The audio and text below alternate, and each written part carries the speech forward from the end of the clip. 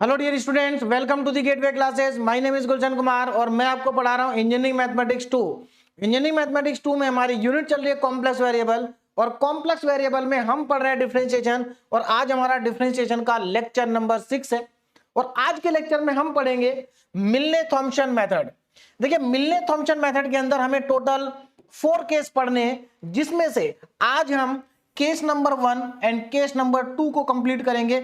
और इसके बाद जो हमारा नेक्स्ट लेक्चर आएगा उसमें हम केस नंबर 3 और केस नंबर 4 को कंप्लीट करेंगे।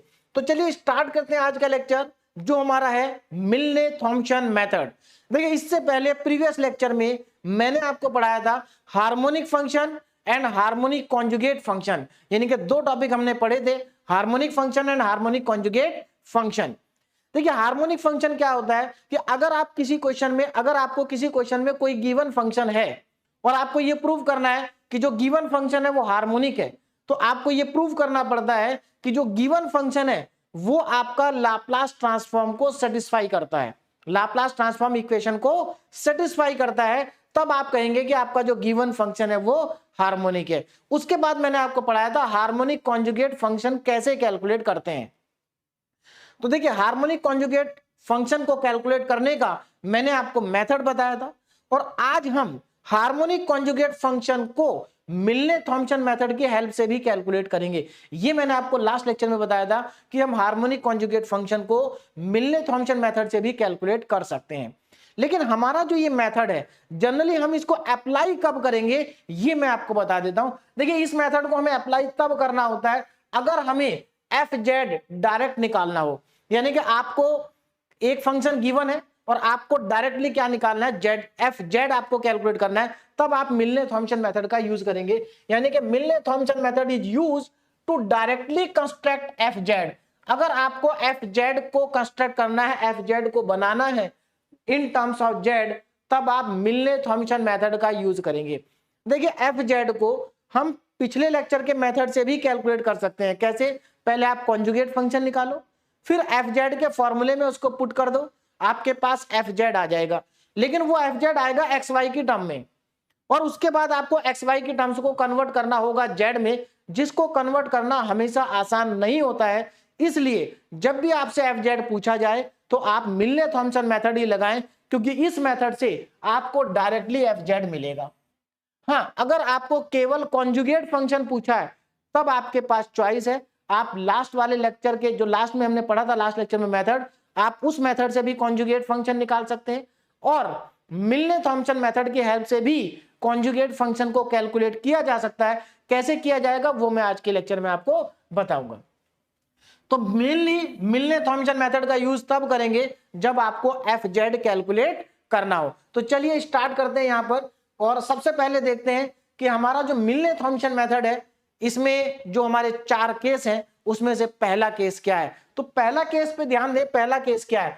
अगर आपको when only real part u x y is given, यानी कि जब आपको केवल यू गिवन होगा। सीधी सी बात है, आपके पास दो फंक्शन होते हैं, एक होता है यू और एक होता है वी। यू क्या है? रियल पार्ट है एनालिटिक फंक्शन का, और वी हमारे पास क्या है? इमेजिनरी पार्ट है। तो अगर आपको u गिवन है, ध्यान रखना, आपके पास जो एफ जेड फंक्शन होता है, एफ जेड फंक्शन क्या होता है? F z is equal to u plus iota v, ये फंक्शन आपके पास होता है। इस फंक्शन में दो चीजें आपको दिखाई दे रही, एक u और एक v। अगर आपको u गिवन है, मान लीजिए आपको क्या गिवन है? u। तो अगर u गिवन है तो एफ जेड कैसे निकालेंगे, ये हमारा केस नंबर 1 में पता चलेगा। ठीक है ना? तो व्हेन u इज गिवन, तो देखिए वही लिखा है कि when only real part is given. तो अगर आपको u गिवन है तो कैसे निकालेंगे एफ जेड, इसका क्या प्रोसीजर होगा निकालने का, वो यहां पर लिखा हुआ है। जरा ध्यान से एक बात समझ ले, फिर हम इसको क्वेश्चन में अप्लाई करेंगे। ध्यान से देखें क्या है। सबसे पहले आप क्या करेंगे, आपको u दे रखा है तो सबसे पहले आप उसका पार्शियल डेरिवेटिव करेंगे, और पार्शियल डेरिवेटिव करके del u upon del x निकाल लेंगे। जब आपका del u upon del x आ जाएगा तो उस del u upon del x को आप phi1 xy के इक्वल एज्यूम कर लेंगे। क्या कर लेंगे? एज्यूम कर लेंगे। तो पहले आप del u upon del x निकालिए और उसको phi1 xy के बराबर मान लीजिए। मान लिया। अब इसके आगे चलते हैं। फिर क्या करना है आपको? फिर आपको del u upon del y निकालना है, मतलब आपको u को y के रेस्पेक्ट में पार्शियल डेरिवेटिव करना है। यहां पर आपने u का पार्शियल डेरिवेटिव करा x के रेस्पेक्ट में, और जो आपका del u upon del y आएगा उसको आप मान लेंगे फाई टू एक्स वाई। क्या मान लेंगे? Phi two x y. तो यहां से आपको दो चीजें मिल जाएंगी, phi one x y, phi two x y. अब जरा ध्यान दो स्टेप नंबर 3 पे। अब क्या करना है, देखो आपने फाई वन भी निकाल लिया, फाई टू भी निकाल लिया। अब ये जो आपका फाई वन है इसमें आप क्या करेंगे, x के प्लेस पर z रखेंगे और y के प्लेस पे 0 रखेंगे। मतलब ये जो इक्वेशन आपको मिलेगी इसमें x को हटा देंगे और z रख देंगे, y को हटा के 0 रख देंगे, x के प्लेस पे z और y के प्लेस पर 0। और ऐसा करने के बाद आपको जो फाइनली मिलेगा वो आपका फाई वन z कॉमा 0 होगा। ऐसा ही आप इसमें भी करेंगे, x के प्लेस पे z रखेंगे, y के प्लेस पे 0 रखेंगे, तो आपको फाई टू z 0 मिल जाएगा। यानी कि यहां से आपको दो फंक्शन मिल जाएंगे, एक तो ये और एक ये, ठीक है। और जैसे ही आपको ये दोनों फंक्शन मिल जाएं उसके बाद आपको क्या करना है जरा ध्यान से देखिए। उसके बाद आप लगाएंगे एफ जेड का formula. F z is obtain by the formula. Formula आपके पास नीचे लिखा हुआ है, जरा ध्यान से देखें फॉर्मूला क्या है। देखिए ये फॉर्मूला हमें यूज करना है। क्या है formula? Phi one Z comma 0, ये आपका फाई वन है, फाई वन जेड कॉमा 0 जो आपको यहां से आया होगा उसको यहां पुट कर दो। Phi two Z comma 0 minus iota phi two Z comma 0, इसको यहां पुट कर दो और फिर इसको जेड के रेस्पेक्ट में कर दीजिए इंटीग्रेट। आपको डायरेक्ट आंसर मिलेगा इन टर्म्स ऑफ जेड। तो मिलने थॉमसन मेथड बहुत ही ज्यादा आसान है, मतलब बहुत सिंपल है। ये मान के चलिए आप यूनिट नंबर 4 में मिलने थॉमसन मेथड सबसे आसान टॉपिक है और पूरी यूनिट ही आसान है। इस यूनिट में कुछ ऐसा डिफिकल्ट है नहीं, बहुत आसान है पूरी की पूरी यूनिट। आपको एनालिटिक फंक्शन हमने देखे, इसमें मेन टॉपिक है एनालिटिक फंक्शन जिसको हमें प्रूव करना होता है सीआर इक्वेशन की हेल्प से। तो सब कुछ बहुत आसान है, बस आपको बेसिक से समझने की जरूरत है। तो इस फॉर्मूले की हेल्प से हमें क्या मिल जाएगा, एफ जेड मिल जाएगा इन टर्म्स ऑफ जेड। चलिए क्वेश्चन करते हैं तो अच्छे से क्लियर हो जाएगा कि क्या करना है एक्चुअल में। देखिए यहां पर क्या दिया है, verify that the given function you आपको गिवन दिया इज हार्मोनिक। तो सबसे पहले तो आपको यू को ये प्रूव करना है कि ये हार्मोनिक है। देखिए अगर आपको किसी भी फंक्शन को हार्मोनिक प्रूव करना है तो आपको लाप्लास इक्वेशन को सेटिस्फाई कराना पड़ेगा, तभी आप कह सकते हैं कि गिवन फंक्शन क्या है, हार्मोनिक है। एक चीज और ध्यान रखिएगा, harmonic function, harmonic conjugate function और मिलने थॉमसन मेथड के जो क्वेश्चंस होते हैं ये कई बार मर्ज होके आते हैं। एक ही क्वेश्चन में आपको हार्मोनिक भी पूछ लेंगे, एक ही में आपको कॉन्जुगेट भी पूछ लेंगे, एक ही में आपको एफ जेड भी पूछ लेंगे। तो इसलिए आपको ये सब चीजें एक साथ पढ़नी होंगी, सारी चीजें आपको आनी चाहिए। तो यहां पर मैं आपको बता, देखिए अगर आपको हार्मोनिक प्रूव करना है तो आपको लाप्लास इक्वेशन से ही करना पड़ेगा, उसके लिए कोई और तरीका नहीं है। अब आप हार्मोनिक मिलने थॉमसन मेथड से प्रूव नहीं कर सकते। तो चलिए पहले मेरे पास जो गिवन फंक्शन है उसको मैं हार्मोनिक प्रूव करूंगा, उसके बाद क्या करना है, आपको इसका कॉन्जुगेट हार्मोनिक फंक्शन निकालना है, यानी कि आपको यू दे रखा है, आपको वी निकालना है, और उसके बाद आपको एफ जेड निकालना है। यानी कि 3 पार्ट है इस क्वेश्चन के। चलिए तीनों को 1 बाय 1 करके सॉल्व करते हैं। सबसे पहले हम इसको प्रूव करते हैं कि यह हार्मोनिक है। तो सबसे पहले मुझे गिवन है u and u is equal to x square minus y square minus y. देखिए हार्मोनिक प्रूव करने के लिए क्या करते हैं, जो आपका गिवन फंक्शन होता है उसका पार्शियल डेरिवेटिव करते हैं 2 बार। एक बार देखिए x के रेस्पेक्ट में भी डबल पार्शियल डेरिवेटिव होगा और y के रेस्पेक्ट में भी डबल पार्शियल डेरिवेटिव होगा। तो मैं इसको x के रेस्पेक्ट में 2 बार करूंगा। पहली बार करूंगा तो मुझे मिलेगा del u upon del x, x square का 2x और इन दोनों का 0। फिर एक बार और करेंगे तो del two u upon del x square is equal to 2, और ये हमारी हो जाएगी equation number 1। This is the equation number 1। अब क्या करेंगे, इस u को 2 बार करेंगे y के रेस्पेक्ट में।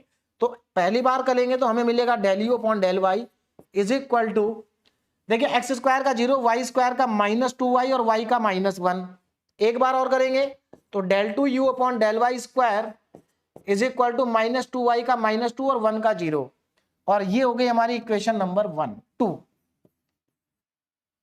तो हमने del two u upon del x square और del two u upon del y square दोनों को फाइंड आउट कर लिया। इसके बाद देखिए क्या करना है, नाउ एडिंग इक्वेशन 1 और 2 दोनों को ऐड कर देंगे।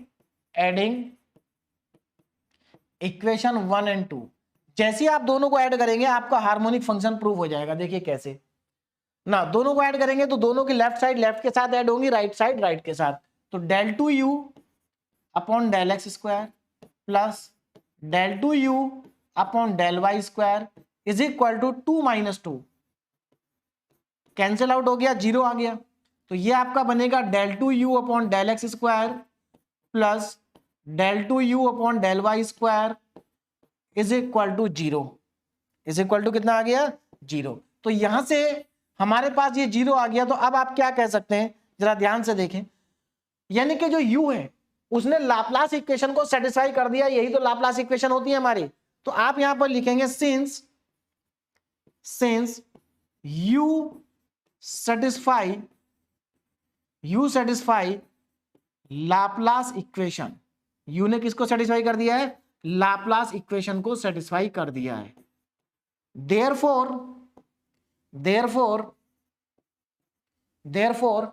अब अगर इसने सेटिस्फाई कर दिया तो therefore u is a harmonic function. तो u कैसा फंक्शन हो गया, हार्मोनिक फंक्शन हो गया। तो पहला पार्ट तो हमारा कंप्लीट हो गया, जो हमें प्रूव करना था कि ये हार्मोनिक है, तो हार्मोनिक को हमने प्रूव कर दिया है। ठीक है ना। चलिए अब चलते हैं इसके नेक्स्ट पार्ट, हार्मोनिक कॉन्जुगेट निकालना है। अब हार्मोनिक कॉन्जुगेट में लास्ट लेक्चर वाले मेथड से नहीं निकालूंगा आज हम हार्मोनिक कॉन्जुगेट निकालेंगे मिलने थॉम्पसन मेथड से। लेकिन मिलने थॉम्पसन मेथड से तो डायरेक्टली एफजेड आ जाता है, तो पहले हम एफजेड निकाल लेते हैं और फिर एफजेड से हम हार्मोनिक कॉन्जुगेट निकाल लेंगे। तो चलिए पहले हम एफजेड निकालते हैं। इसके लिए हमें पहले मिलने थॉम्पसन मेथड लगाना पड़ेगा। इसमें क्या करना है, del u upon del x को phi 1 xy मानना है और del u upon del y को phi 2 xy मानना है। तो अब जरा यहां पर ध्यान दीजिए। तो पहले मेरे पास देखते हैं हमारे पास del u upon del x है कितना, del u upon del x हमारे पास 2x है। इसको मानेंगे क्या, phi 1 x y इसको एज्यूम कर लेंगे, जो कि हमारे पास कितना है 2x के बराबर है। ठीक है। अब आगे देखिए ना, नेक्स्ट स्टेप क्या था कि हमें phi 2 xy निकालना। लेकिन मैं पहले एक काम करता हूं, phi 1 xy आ चुका है तो पहले phi 1 z निकाल लेते हैं। x को z से हटा देते हैं, y को 0 से। तो x is replace by z और y इज रिप्लेस बाय 0। तो देखिए x की जगह z रख दो, y की जगह 0 रख दो, कितना आ जाएगा 2z आ जाएगा। कितना आ जाएगा 2z। तो हमारे पास phi 1 z, 0 आ चुका है 2z। इसको मैंने बॉक्स में लिख दिया, इसका यूज करेंगे बाद में चल के। चलिए अब आगे चलते हैं। Now del u upon del y, del u upon del y देखो कितना आएगा del u upon del y, कहां गया हमारा, ये रहा, -2y -1, -2y -1। एक चीज ध्यान रखना, यहां पर x को हमने z से हटाया, y को 0 से हटाया। यहां पर x को z से हटाया, y था ही नहीं उधर। ठीक है ना। अगर y होता तो z से हटा दे, उसकी जगह क्या लिखते 0 लिखते। अब इधर आ जाओ, यहां पर again del u upon del y की वैल्यू है।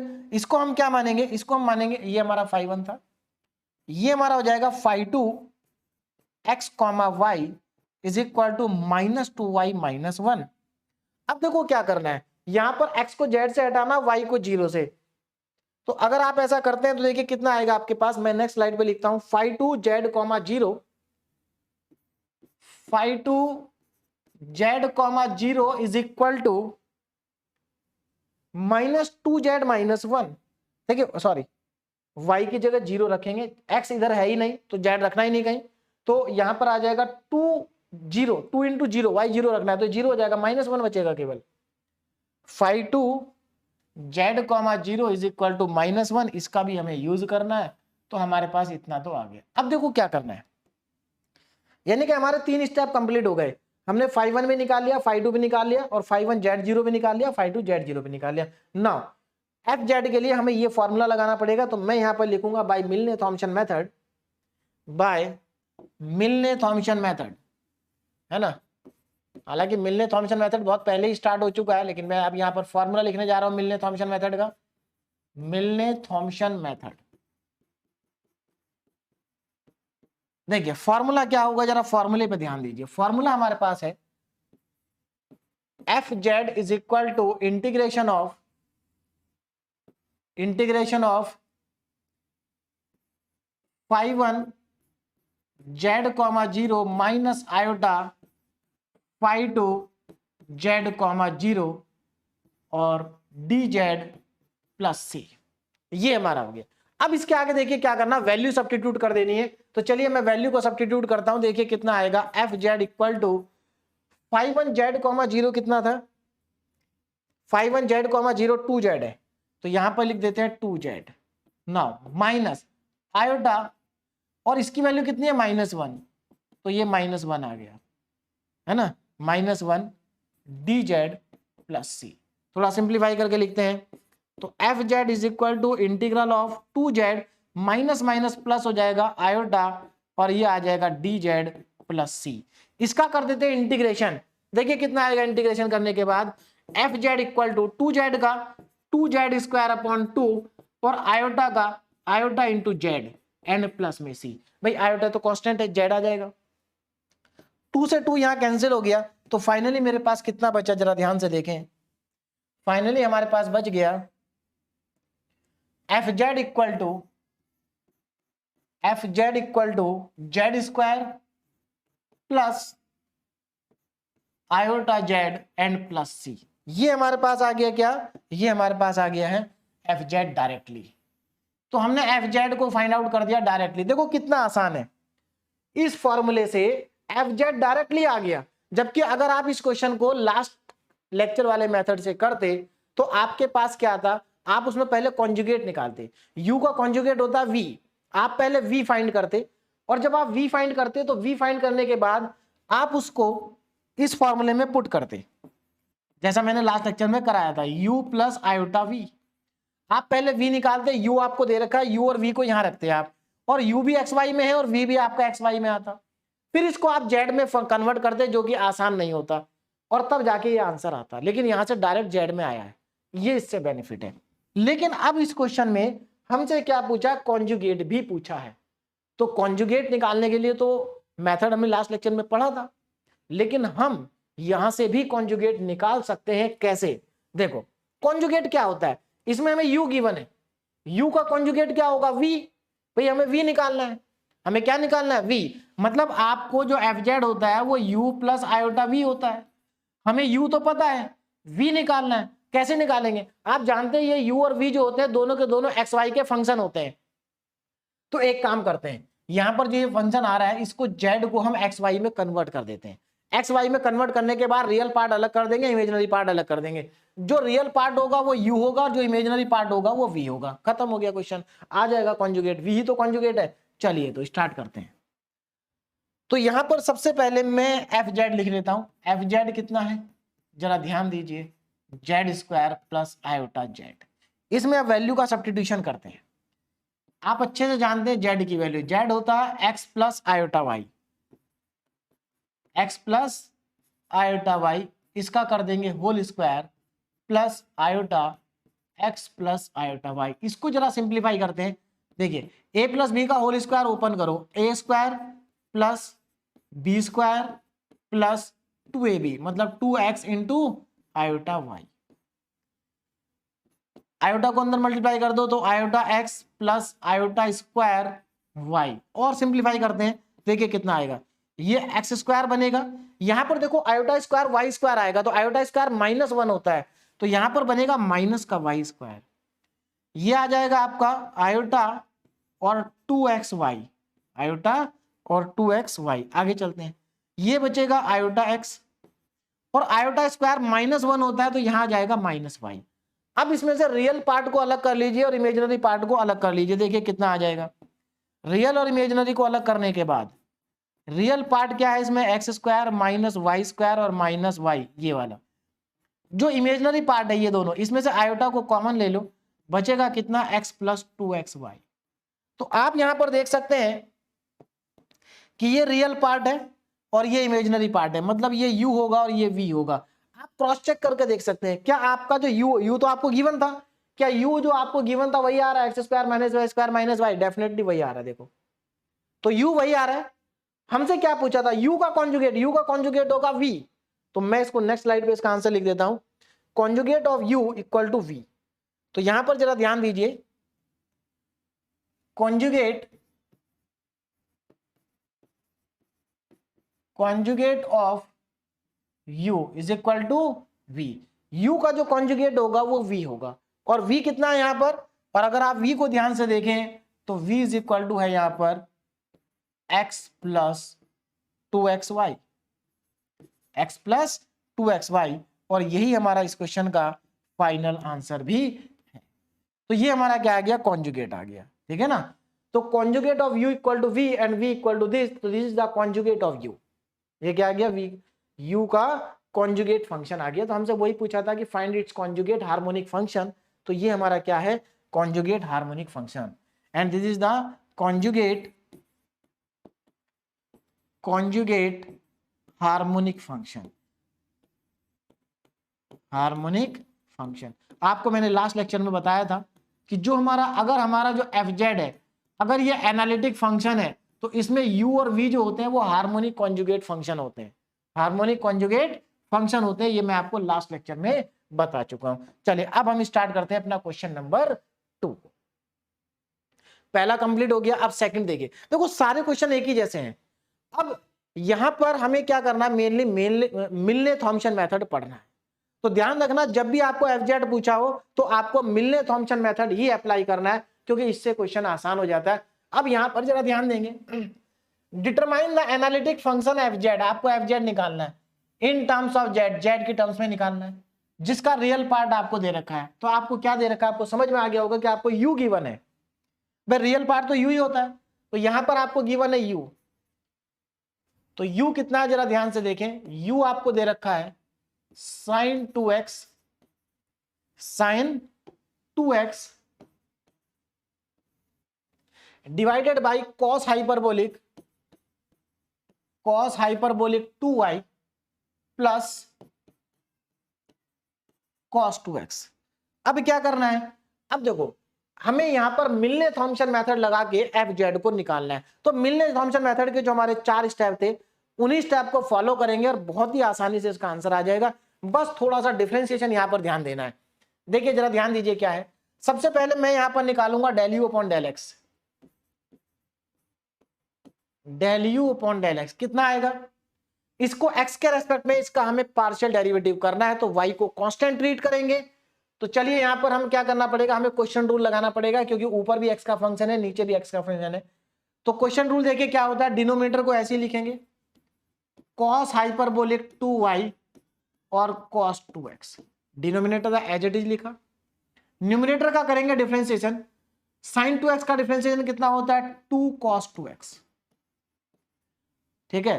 देखो नीचे का फंक्शन ऐसे ही लिखा, ऊपर का डिफरेंशिएशन किया, अब क्या आएगा माइनस साइन, माइनस के बाद अब क्या करना, ऊपर वाले को ऐसे ही लिखना है sin 2x को, और नीचे वाले का डिफरेंशिएशन देखो x के रेस्पेक्ट में करेंगे तो इसका 0 हो जाएगा, इसका माइनस sin 2x होगा, यानी कि माइनस का इसका तो 0 और इसका माइनस 2 sin 2x, ये आ गया। डिवाइडेड बाय, क्वेश्चन रूल में आप जानते हैं कि डिवाइड में क्या आता है, डिनोमिनेटर का स्क्वायर। तो यहां पर मैं लिखूंगा cos hyperbolic 2y plus cos 2x का होल स्क्वायर। चलिए इसको और थोड़ा सिंप्लीफाई करते हैं, देखिए कितना आएगा।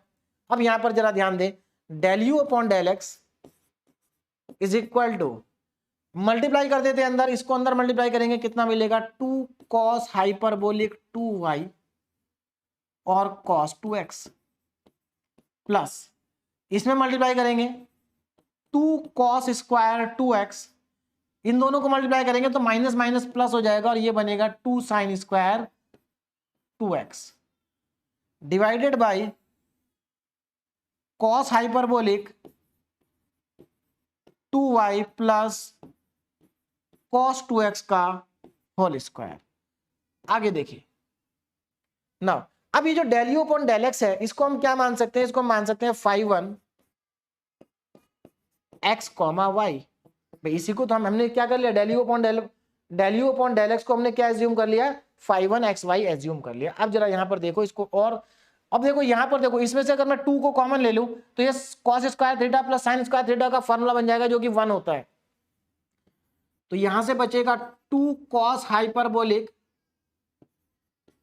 2y cos 2x प्लस 2 बचेगा। नीचे कितना बचेगा, नीचे तो वही रहेगा cos hyperbolic 2y plus cos 2x का होल स्क्वायर। अब आगे देखते हैं कितना आ जाएगा, ध्यान से देखें जरा। चलिए इधर चलते हैं, देखिए ना। अब मुझे क्या करूंगा मैं यहां पर, देखो जरा, ये phi1 xy आ गया।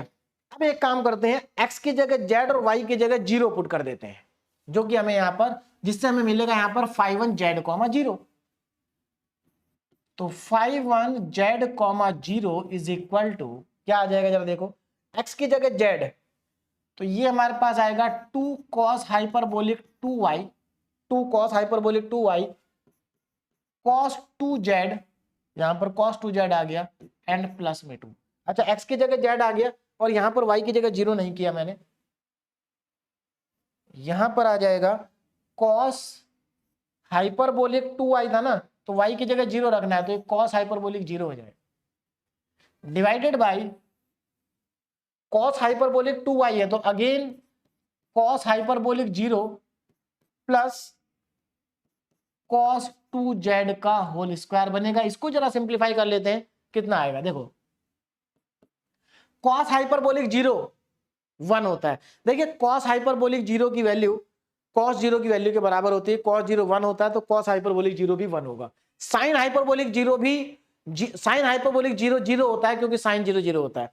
ये कहां से आया, देखिए ये फॉर्मूले मैंने आपको लिखवाए थे यूनिट नंबर 4 में ही, लेक्चर नंबर 2 3 में किसी में लिखवाए थे मैंने आपको ये फॉर्मूले। कौन से फॉर्मूले थे जरा ध्यान से देखो, cos iota x is equal to cos hyperbolic x होता है। अब जरा यहां देखो, अगर मैं यहां पर यानी कि cos hyperbolic x cos ix के इक्वल होता है, तो अगर मैं यहां x को 0 पुट करूं यानी कि cos हाइपरबोलिक 0, तो यहां भी तो 0 रखना पड़ेगा, तो cos 0 1 होता है, इसलिए cos हाइपरबोलिक 0 और cos 0 दोनों की वैल्यू बराबर होती है। ऐसी साइन में भी बराबर होती है, ठीक है ना, साइन में भी बराबर ही होती है, तो इस चीज का आप ध्यान रखें। इस फॉर्मूले का मैंने यूज किया यहां पर, इसको आप ध्यान से देख लीजिए, है ना, इसका यूज कर रहे हैं यहां पर। तो अब जरा देखो यहां पर cos हाइपरबोलिक 0 कितना हो जाएगा 1, तो ये बचेगा cos 2z plus 2 divided by ये भी 1 हो जाएगा, तो 1 प्लस cos 2z का होल स्क्वायर। और इसको सिंप्लीफाई करें, ऊपर से 2 कॉमन आ रहा है, ऊपर बनेगा 1 प्लस cos 2z और नीचे भी बनेगा 1 प्लस cos 2z का होल स्क्वायर। एक फैक्टर यहां से कैंसिल आउट हो जाएगा, एक ही बचेगा, तो ये कैंसिल हो गया, एक फैक्टर से एक फैक्टर, तो आपके पास देखिए कितना बन गया, आपके पास बन गया यहां से, ये आपके पास आ गया 2 न्यूमरेटर में और 1 प्लस cos 2z डिनोमिनेटर में। अब इसको मैं नेक्स्ट स्लाइड पे लेके चलता हूं, देखिए कितना आएगा, तो 5(1) z, 0 इज इक्वल टू कितना आ जाएगा 2/1 plus cos 2z, 1 plus cos 2z is equal to 2/, formula लगा देते हैं यहां पर cos 2 थीटा का, क्या होता है 2 cos स्क्वायर थीटा, यानी कि 2 cos स्क्वायर z माइनस 1, 1 से 1 कैंसिल आउट हो गया, तो आपके पास यहां पर सीधे सीधे बच रहा है z, 0 is equal to 2 cos square z, 2 से 2 कैंसिल, बचा कितना 1 स्क्वायर 1 cos स्क्वायर z, तो हमारे पास आ गया 5(1) z, 0 is equal to sec square z। और यहां से हमारे पास एक पार्ट तो आ गया क्वेश्चन का, है ना, इसका हम यूज करेंगे फॉर्मूले में। अब चलते हैं आगे ना, अब क्या करना है, देखो मैंने अभी del u by del x निकाला था, जिसको हमने 5(1) xy मान लिया, फिर 5(1) z0 निकाल दिया हमने, जो कि sec स्क्वायर z आ रहा है। अब इसके सेकंड पार्ट पे चलते हैं और हमें निकालना पड़ेगा del u upon del y, क्योंकि हमारा जो प्रोसीजर है उसमें हम क्या करते हैं, del u upon del x निकालते हैं, जिसको 5(1) xy के बराबर मान लेते हैं, फिर इसमें x को z से हटा देते हैं, y को 0 से, तो 5(1) z, 0 आ जाता है। सिमिलरली यहां पर आ जाएंगे, अब ये निकालेंगे 5(2) xy, ये कैसे निकलेगा del u upon del y से, और फिर ये निकल जाएगा। चलिए आगे चलते हैं, तो अब मुझे चाहिए del u upon del y, देखिए कितना आएगा del u over del y is equal to, देखिए कितना आएगा, जरा ध्यान से देखें, इसको अब y के रेस्पेक्ट में पार्शियल डेरिवेटिव करना है, sin 2x तो कांस्टेंट हो गया, cos 2x भी कांस्टेंट हो गया, ये हमारे पास वेरिएबल है। तो क्या करेंगे, इसमें दो तरीके से आप कर सकते हैं, एक तो इसमें फिर से क्वेश्चन रूल भी लगा सकते हैं, या फिर से आप इसमें 1/x वाला फॉर्मूला भी लगा सकते हैं, dy dx 1/x का डिफरेंशिएशन कितना होता है -1/x स्क्वायर। तो यहां पर जो नीचे लिखा हुआ है डिनोमिनेटर, ये x का काम करेगा और ये कांस्टेंट है, ठीक है। तो चलिए इसमें मैं फॉर्मूला लगा देता हूं, ये वाला कितना आएगा, पहली बात तो sin 2x कांस्टेंट है, इसको बाहर कर देते हैं, और बाकी जो बचा वो आएगा -1/x², माइनस का 1/x²।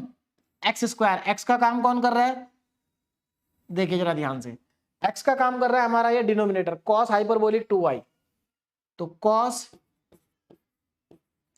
Hyperbolic 2y plus cos 2x, इसका आ जाएगा होल स्क्वायर। लेकिन अभी बात कंप्लीट नहीं हुई, देखिए 1/x का तो -1/x² होता है, ये फॉर्मूला मैंने यहां लगा दिया -1/x², लेकिन ये जो डिनोमिनेटर में लिखा है इसका भी तो डिफरेंशिएशन करना पड़ेगा, और ये डिफरेंशिएशन होने के बाद न्यूमरेटर में मल्टीप्लाई होगा।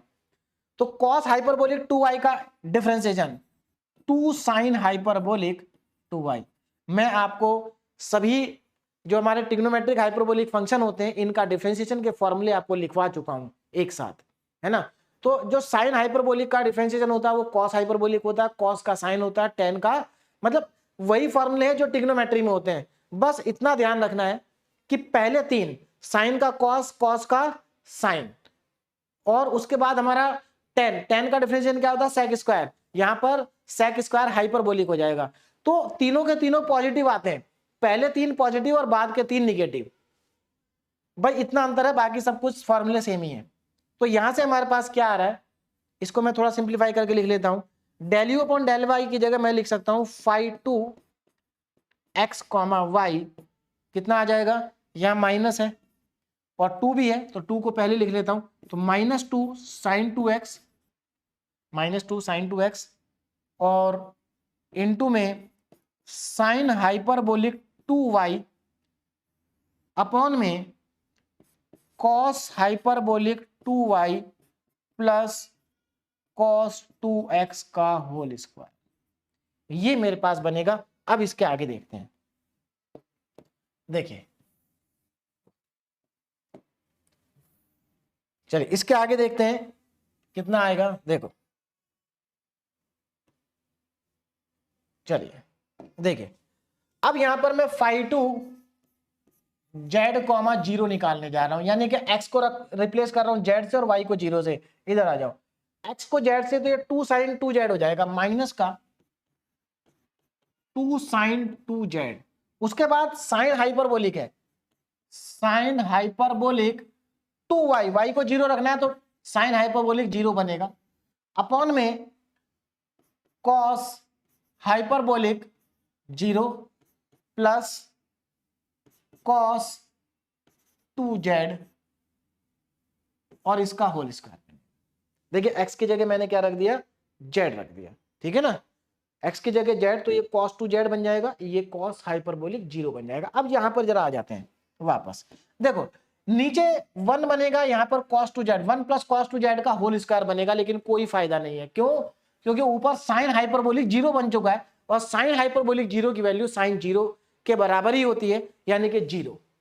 तो यहां पर जब ये वैल्यू हमारी 0 बन गई तो यहां से हमारे पास क्या आ गया, phi2, ये phi2 है, phi2 है, चलिए phi2 z, 0 is equal to 0 आ गया, यानी कि यहां से हमारा जो एक पार्ट है phi2 वाला ये 0 हो गया। अब हमारे लिए आसान हो गया, अब हमें यहां पर क्या करना है, मिलने थॉम्पसन मेथड का जो फॉर्मूला है वो हमें लगाना है। तो हम यहां पर लिखेंगे बाय मिलने थॉम्पसन मेथड, बाय मिलने थॉम्पसन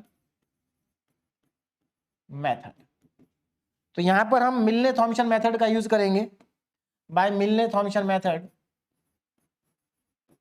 फॉर्मूला क्या बन रहा है हमारा, मिलने थॉम्पसन मेथड का फॉर्मूला जरा ध्यान से देखें, F Z equal to integration of phi1 z, 0 minus iota phi2 z, 0 dz plus C. ये फॉर्मूला, इसमें वैल्यू को सब्स्टिट्यूट करते हैं, देखिए जल्दी से कितना आ जाएगा, f z is equal to integration phi1 z, 0 की वैल्यू कितनी आई थी, sec स्क्वायर z, तो यहां पर मैं लिख देता हूं sec स्क्वायर z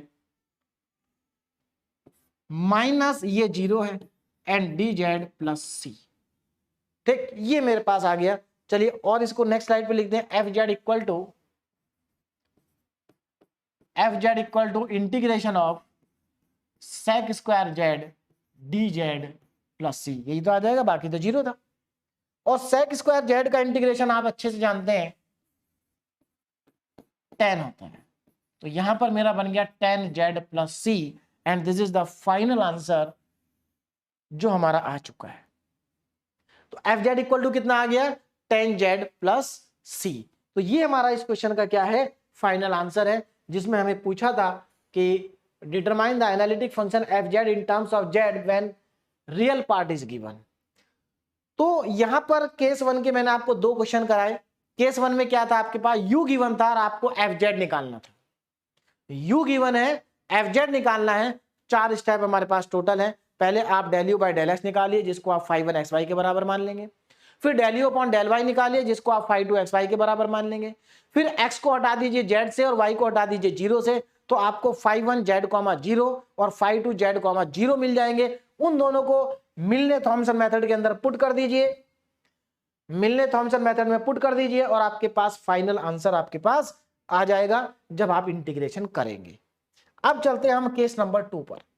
अब केस नंबर 2 में बिल्कुल सिमिलर है एकदम, देखो जरा ध्यान से। केस नंबर 2 में क्या है, यहां पर आपको इमेजिनरी पार्ट दिया होगा।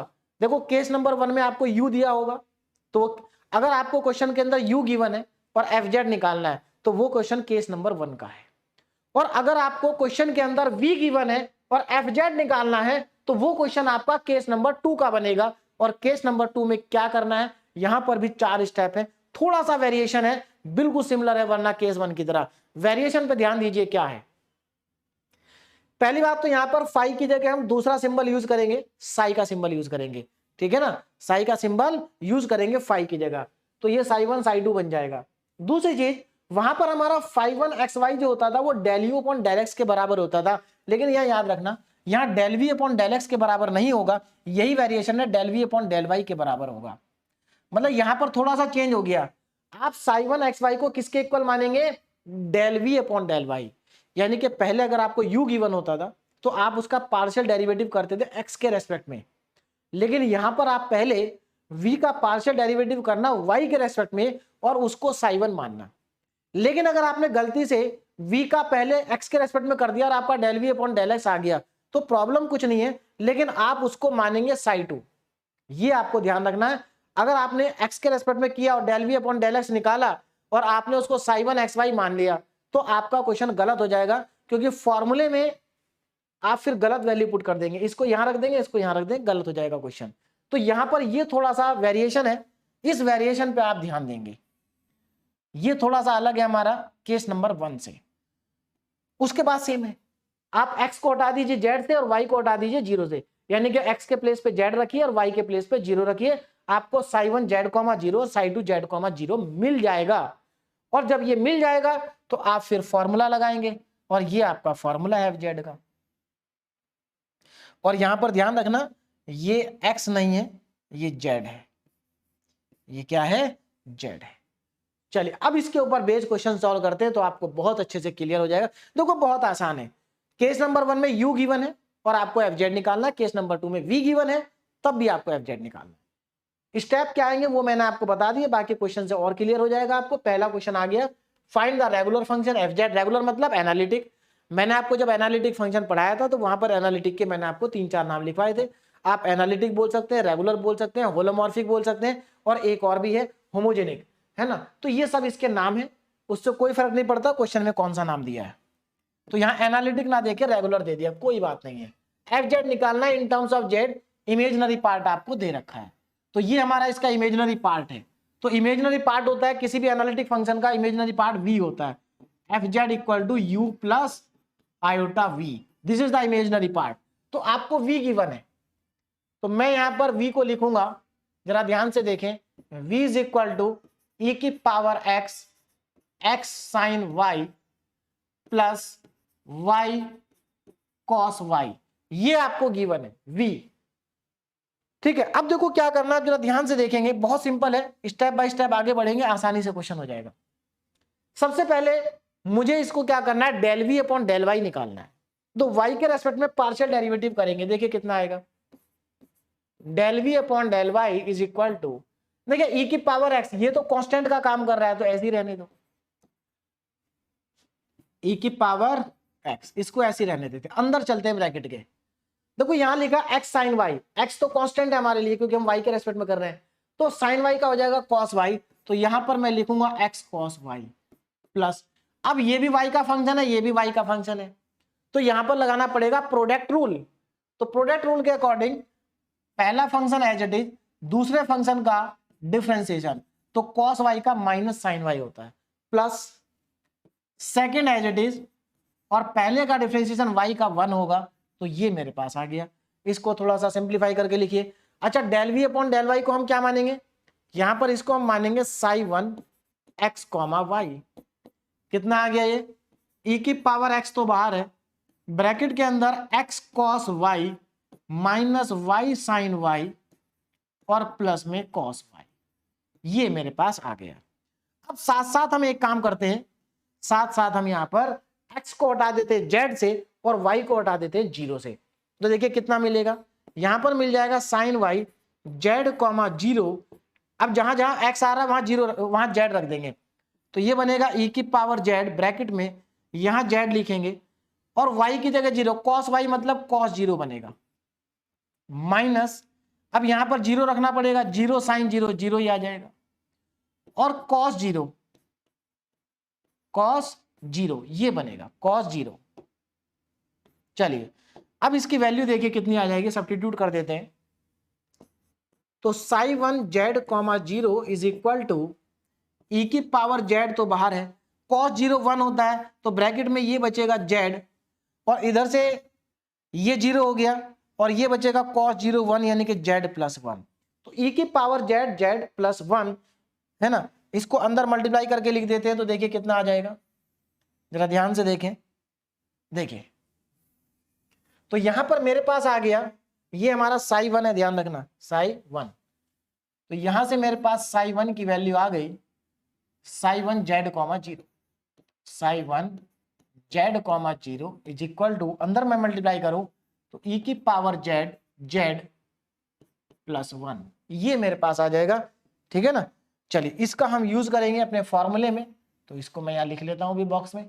चलिए अब आगे चलते हैं ना, del v upon del y तो आ गया, अब del v upon del x भी निकालेंगे, del v upon del x कितना आएगा देखो जरा, इसी को अब एक्स के रेस्पेक्ट में डिफरेंशिएट करेंगे, अब एक्स के रेस्पेक्ट में करेंगे तो हमें तो इसमें शुरू में ही प्रोडक्ट रूल लगाना पड़ेगा, क्योंकि ये भी एक्स का फंक्शन है, अंदर भी एक्स का फंक्शन है, तो क्या करूंगा मैं, ई की पावर को एक्स को ऐसे ही लिखते हैं और सेकंड वाले पार्ट का डिफरेंशिएशन करेंगे, किसके रेस्पेक्ट में, एक्स के। अब जरा यहां ध्यान से देखो, पहला फंक्शन एज इट इज, अब ब्रैकेट वाले का कर रहा जा रहा हूं डिफरेंशिएशन, तो यहां पर एक्स के रेस्पेक्ट में कर रहा है, साइन वाई कांस्टेंट हो गया, एक्स का 1 हो जाएगा, तो ये आएगा साइन वाई प्लस वाई का भी 0, देखिए यहां पर सॉरी हम क्योंकि एक्स के रेस्पेक्ट में कर रहे हैं, तो वाई कॉस वाई कांस्टेंट हो गया, इसका 0 आएगा, तो यहां पर लिख देता हूं मैं 0 प्लस, ये तो पहला फंक्शन एज इट इज, दूसरे का डिफरेंशिएशन प्लस दूसरा एज इट इज, और फर्स्ट का डिफरेंशिएशन ई की पावर एक्स ही होगा, तो फर्स्ट का डिफरेंशिएशन ई की पावर एक्स ऐसे ही रह गया, इसका हो गया हमारा difference, sorry first as it is, दूसरे का डिफरेंशिएशन ये हो गया, प्लस दूसरा एज इट इज, इसको ऐसे ही रखना है और ई की पावर एक्स का ई की पावर एक्स ही होगा, तो मैंने ई की पावर एक्स को पहले ही लिख दिया, x sine y plus y cos y, y cos y, ये हमारा आ जाएगा। चलिए इसको थोड़ा सा और सिंप्लीफाई करके लिख लेते हैं, देखिए कैसे, del v upon del x, मैं एक काम करता हूं, ई की पावर एक्स को कॉमन ले लेता हूं पूरे में से, तो अंदर कितना बचेगा, यहां बचा साइन वाई, ये बचा प्लस में एक्स साइन वाई और प्लस में वाई कॉस वाई, ठीक। अब इसको कन्वर्ट कर लेते हैं, कन्वर्ट कैसे करना है जरा ध्यान देना, del v upon del x की जगह पर मुझे यहां लिखना चाहिए क्या चीज, फाई टू एक्स वाई, देखिए del v upon del x को क्या लिखेंगे हम, साई, फाई नहीं psi, psi two x comma y, ये लिखेंगे, ठीक है ना, इक्वल का साइन है बीच में, ध्यान रखना, ये नहीं। अब देखो यहां पर ध्यान से देखो जरा, अब मैं क्या करूंगा, x को हटा दूंगा z से, y को हटा दूंगा 0 से, देखो कितना आएगा, तो ये आ जाएगा psi two z comma 0 is equal to, जहां जहां पर आपको x दिखाई दे रहा है वहां वहां पर z रखेंगे, तो ई की पावर जेड हो जाएगा ब्रैकेट में, जहां पर वाई है वहां पर जीरो, तो देखो साइन जीरो प्लस यहां पर एक्स की जगह जेड रखेंगे साइन जीरो, और प्लस वाई की जगह जीरो रखेंगे कॉस जीरो। और मेरे ख्याल से आपको सब समझ में आ गया होगा कि ये तो सब जीरो ही आ गया। देखो psi two Z comma zero is equal to e की पावर जेड, ये भी जीरो, ये भी जीरो, ये भी जीरो, सब जीरो। तो कुल मिला के पूरी वैल्यू जीरो आ गई। तो यहां पर हमारे पास साई टू की वैल्यू जीरो आ रही है, तो इसको मैं आगे लिख लेता हूं। तो साई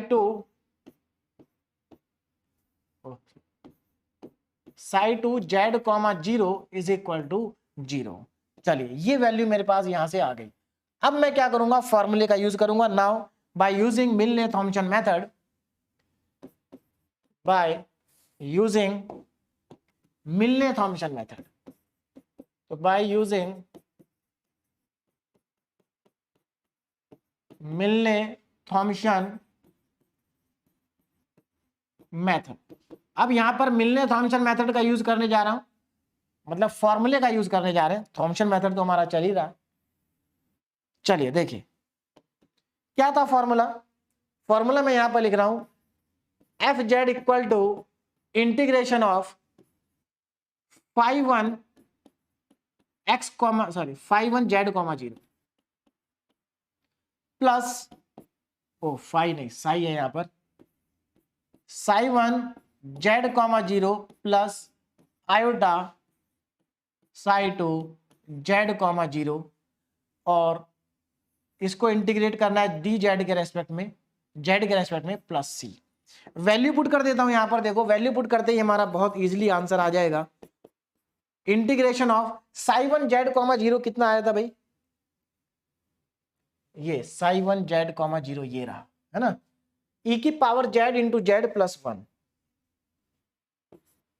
ई की power z into z plus one, ये हमारा पहला पार्ट आ गया, प्लस ये तो जीरो आ गया, और बाहर कितना है डी जेड प्लस सी। इसको इंटीग्रेट करना है ना। थोड़ा सा और सिंप्लीफाई करके लिख लेते हैं सही से।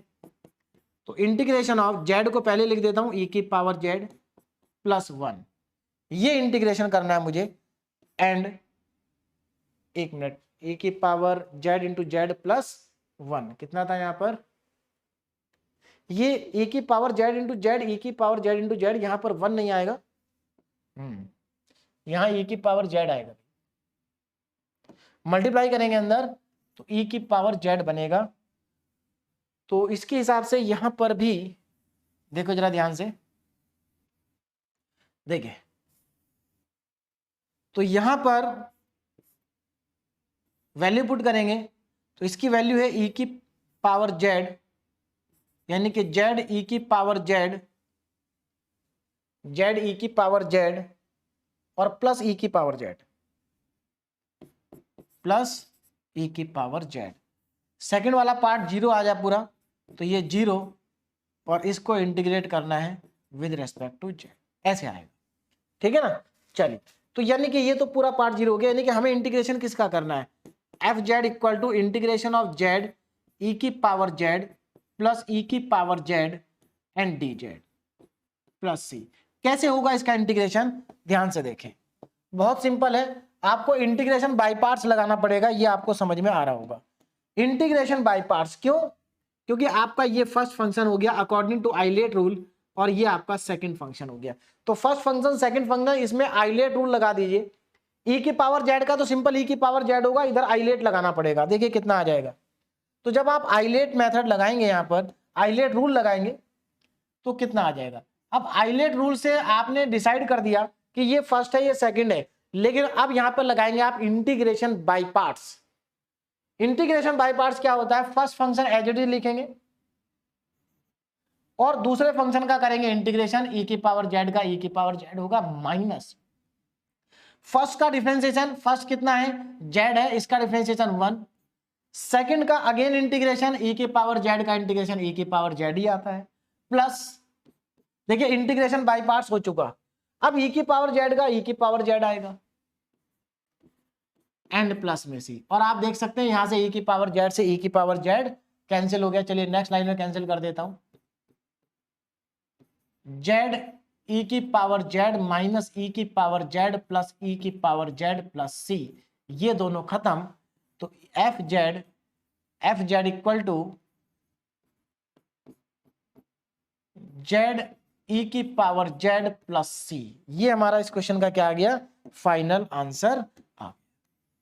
तो बहुत सिंपल है, कुछ नहीं करना आपको, सिर्फ सिंपल सा इंटीग्रेशन है, जेड ई की पावर जेड प्लस सी, तो ये हमारा क्या आ गया इस क्वेश्चन का एफ जेड आ गया। तो मेरे ख्याल से सभी को समझ में आ गया होगा। देखो यहाँ पर किसी को कोई कंफ्यूजन तो नहीं इंटीग्रेशन बाय पार्ट्स में, भाई आइलेट के अकॉर्डिंग ये फर्स्ट फंक्शन ये सेकंड फंक्शन, फिर हमने क्या किया सीधे शॉर्टकट मेथड लगा दिया, और वैसे भी ये डायरेक्ट भी करोगे इतना ही छोटा होगा। First function as it is, दूसरे का इंटीग्रेशन ई की पावर जेड का ई की पावर जेड ही होता है, माइनस फर्स्ट फंक्शन का डिफरेंशिएशन जेड का 1 हो जाएगा, ई की पावर का जेड का ई की पावर जेड हो जाएगा, और फिर प्लस में ई की पावर जेड था, इसका ई की पावर जेड ही रहेगा, ई की पावर जेड से ई की पावर जेड कट गया और हमारा फाइनल आंसर आ गया। अब हम चलते हैं आगे, नेक्स्ट क्वेश्चन देखिए हमारा क्या है, find the analytic function f z in terms of z whose imaginary part, जिसका इमेजिनरी पार्ट यहां पर दे रखा है, इमेजिनरी मतलब v दे रखा है। भाई आपका जो एफ जेड होता है, जो आपका एफ जेड होता है उसका u प्लस आयोटा v, यही तो होता है हमारे पास, तो इसका इमेजिनरी पार्ट v है, ये हमें गिवन है। तो हमें इस क्वेश्चन का इमेजिनरी पार्ट क्या गिवन है, v गिवन है। चलिए चलते हैं, तो इसका इमेजिनरी पार्ट हमें गिवन है v, तो मैं यहां पर स्टार्ट करता हूं v से। तो सबसे पहले v इक्वल टू कितना दिया वो लिख लेते हैं, तो imaginary part sine hyperbolic x cos y, ये हमें गिवन है। चलिए अब आगे देखिए क्या करना है, del v upon del y निकालना सबसे पहले, तो मैं यहां पर इसको del v upon del y निकालूंगा, del v upon del y is equal to, अब देखो हम इसको y के रेस्पेक्ट में पार्शियल डेरिवेटिव कर रहे हैं, तो x कांस्टेंट हो गया, तो साइन हाइपरबोलिक कांस्टेंट हो गया, cos y का माइनस साइन y हो जाएगा, तो माइनस साइन हाइपरबोलिक x और cos y का भी हो गया साइन y। समझ में आ गया, बहुत आसान है, cos y का माइनस साइन y हो गया, साइन हाइपरबोलिक x वैसा ही रहा क्योंकि वो कांस्टेंट है। चलिए अब इसको क्या करेंगे, इसको मान लेंगे हम साइन 1 x y के बराबर है ना, तो ये आ जाएगा साइन हाइपरबोलिक x और साइन y, इसको हमने एज्यूम कर लिया किसके बराबर, साइन 1 xy के इक्वल। अब क्या करेंगे, x को रिप्लेस कर दो z से और y को रिप्लेस कर दो 0 से, तो चलिए कितना आएगा, माइनस साइन हाइपरबोलिक z और साइन 0 आ जाएगा क्योंकि y को 0 से करना है, और साइन 0 आप जानते हैं 0 होता है तो पूरी वैल्यू 0 आ गई, यानी कि मेरे पास जो आ गया साइन 1 z कॉमा 0, इसकी वैल्यू आ गई 0, तो ये तो बहुत आसान हो गया। तो एक पार्ट आ गया हमारा फॉर्मूले का। अब हम आगे चलते हैं, देखिए सेकंड पार्ट कितना आएगा, जरा ध्यान से देखो, ये लीजिए देखिए, अब इसका सेकंड पार्ट, अब सेकंड पार्ट आएगा हमारा del v upon del x से, तो अब मुझे निकालना है del v upon del x, जरा देखिए ध्यान से कितना आएगा, del v upon del x, इसको एक्स के रेस्पेक्ट में करेंगे तो वाई हो गया कांस्टेंट, तो यानी कि cos y कांस्टेंट का काम कर रहा है, साइन हाइपरबोलिक का डिफरेंशिएशन, साइन हाइपरबोलिक का डिफरेंशिएशन होता है cos हाइपरबोलिक, तो ये आ जाएगा मेरा cos hyperbolic x, cos hyperbolic x और cos y रहेगा ऐसे ही, इसको हम क्या मानेंगे, इसको हम मानेंगे sine 2 x comma y is equal to cos hyperbolic x and cos y। अब जरा ध्यान से देखो क्या करना है, अब हमें x को रिप्लेस करना है z से और y को रिप्लेस कर देना है 0 से, x को रिप्लेस करना है z से और y को रिप्लेस करना है 0 से, तो यहां पर मेरे पास बनेगा cos hyperbolic z and cos 0, और cos 0 आप जानते हैं 1 होता है, तो हमारे पास यहां से आ गया sine 2 z comma 0 is equal to cos hyperbolic z, यही आएगा और कुछ तो आएगा नहीं। चलिए तो यहां से हमारे पास दूसरा फंक्शन में मिल गया, अब हम यहां पर सीधे मिलने थॉम्सन मेथड का क्या कर लेते हैं, यूज कर लेते हैं। तो अब हम चलते हैं नेक्स्ट स्लाइड पे और मिलने थॉम्सन मेथड का जो फॉर्मूला है उस फॉर्मूले को लगा देते हैं। तो बाय मिलने थॉम्सन मेथड, मिलने थॉम्सन मेथड देखिए जरा कितना आ जाएगा। तो यहां पर अगर इस मेथड को मैं लगाता हूं तो क्या फॉर्मूला है, मतलब इस मेथड को हम पहले ही लगा चुके हैं, बस हमें इसका फॉर्मूला लिखना है। फॉर्मूला क्या, लास्ट स्टेप में, तो लास्ट स्टेप हमारा क्या है, f Z equal to integration of psi 1 x comma y, नहीं जेड कॉमा 0 आएगा, z comma 0 plus iota psi 2 z comma 0, और इस पूरे का करना है हमें integration with respect to z plus c. तो ये फॉर्मूला हो गया, वैल्यू पुट करेंगे यहां पर, तो वैल्यू पुट करेंगे, देखिए कितना आएगा, f Z equal to integration of psi 1 Z comma 0, 0 पहली वैल्यू 0 है तो ये पार्ट तो 0 आ गया, प्लस साई 1 जेड कॉमा 0 कितना आया था, कॉस हाइपरबोलिक जेड, तो यहां पर आयोटा और cos hyperbolic z and d Z plus c आ गया। और इसको और थोड़ा सा आगे लिखें तो ये आ गया integration of iota cos hyperbolic z and d Z plus c, और आयोटा कांस्टेंट है, इंटीग्रेशन से बाहर चला जाएगा, कॉस का हो जाएगा साइन। तो यहां से मेरे पास आ गया F Z equal to iota sine hyperbolic z plus c, और यही हमारा इस क्वेश्चन का फाइनल आंसर आ गया। तो देखो कितनी आसानी के साथ ये सभी क्वेश्चन आपके हो जाते हैं, कुछ नहीं करना होता मिलने थॉमसन मेथड में। हमारे इसके 4 केस बनते हैं, 2 केस मैंने आज आपको बताए। पहला केस जब आपको u गिवन है, और अगर u गिवन है तो कैसे आप एफ जेड निकालेंगे। तो सीधी सी बात है, अगर आपको u गिवन है तो पहले आप u की हेल्प से phi1 xy और phi2 xy निकालेंगे, फिर x को z से रिप्लेस कर देंगे, y को 0 से। जो आपके पास phi1 phi2 बनेगा उसको फॉर्मूले में रख के इंटीग्रेट कर देंगे, आप पर डायरेक्टली एफ जेड आ जाएगा। केस 2 में भी वही है, आपको v गिवन होगा और v की हेल्प से आपको phi1 psi1 xy और psi2 xy निकालना है। x को z से हटा देना, y को 0 से, और फॉर्मूले में वैल्यू पुट कर देनी है और इंटीग्रेट कर देना, और आपके पास फाइनल इस तरीके से आंसर आ जाएगा। अच्छा यहां पर हाँ 4th का आंसर, ठीक है यहां था ना आंसर, तो ये आ रहा है हमारे पास i sin h z plus c. ठीक, अब यहां पर इसमें डीपीपी नंबर 6 में 2 क्वेश्चन बहुत सिंपल से हैं। सो दैट e की power x cos y is harmonic function, इसको हार्मोनिक प्रूव करना है, बहुत आसान है। लास्ट लेक्चर में मैंने आपको कराया था e की पावर x sin y को कैसे हार्मोनिक प्रूव करते हैं। यहां पर e की पावर cos y है, e की पावर x cos y, बहुत आसानी से हो जाएगा। उसके बाद एनालिटिक फंक्शन निकालना है जिसका ये रियल पार्ट है, यानी कि ये आपके पास u दे रखा है और आपको एनालिटिक फंक्शन निकालना है। तो आपको ये u दे रखा है तो केस 1 लग जाएगा, ये केस 1 की प्रॉब्लम है। आपको u दे रखा है, आप यहां से del u by del x निकालेंगे, del u by del y निकालेंगे, उसको phi1 phi2 के बराबर मान लेंगे, फिर x को z से और y को 0 से रिप्लेस कर देंगे, और फाइनली आपका आंसर आ जाएगा। Second question, find the regular function, मतलब आपको एनालिटिक फंक्शन निकालना है f in terms of z, जिसका इमेजिनरी पार्ट ये लिखा हुआ है। इसके जैसा मैंने क्वेश्चन कराया आपको, बिल्कुल ये भी बिल्कुल वैसे ही होगा। इसको आप क्या मान लेंगे, ये v मान लेंगे, इसको v मानेंगे, यानी कि केस 2 का क्वेश्चन बनेगा, और केस 2 लगा के यहाँ पर आप एफ जेड निकाल देंगे, तो बहुत ही इजीली, बहुत ही आसानी के साथ आपका ये क्वेश्चन भी कंप्लीट हो जाएगा। तो यहाँ पर ये लेक्चर हमारा कंप्लीट हुआ, जिसमें मैंने आपको मिलने थॉमसन मेथड के 2 केस कंप्लीट करा दिए, केस नंबर 1 और केस नंबर 2। अब अगले लेक्चर में 2 केस हमारे और बचते हैं, केस नंबर 3 और केस नंबर 4, उसको हम नेक्स्ट लेक्चर में कंप्लीट करेंगे। ठीक है, तो अभी आप इन क्वेश्चंस को प्रैक्टिस करिए। Okay, thank you so much.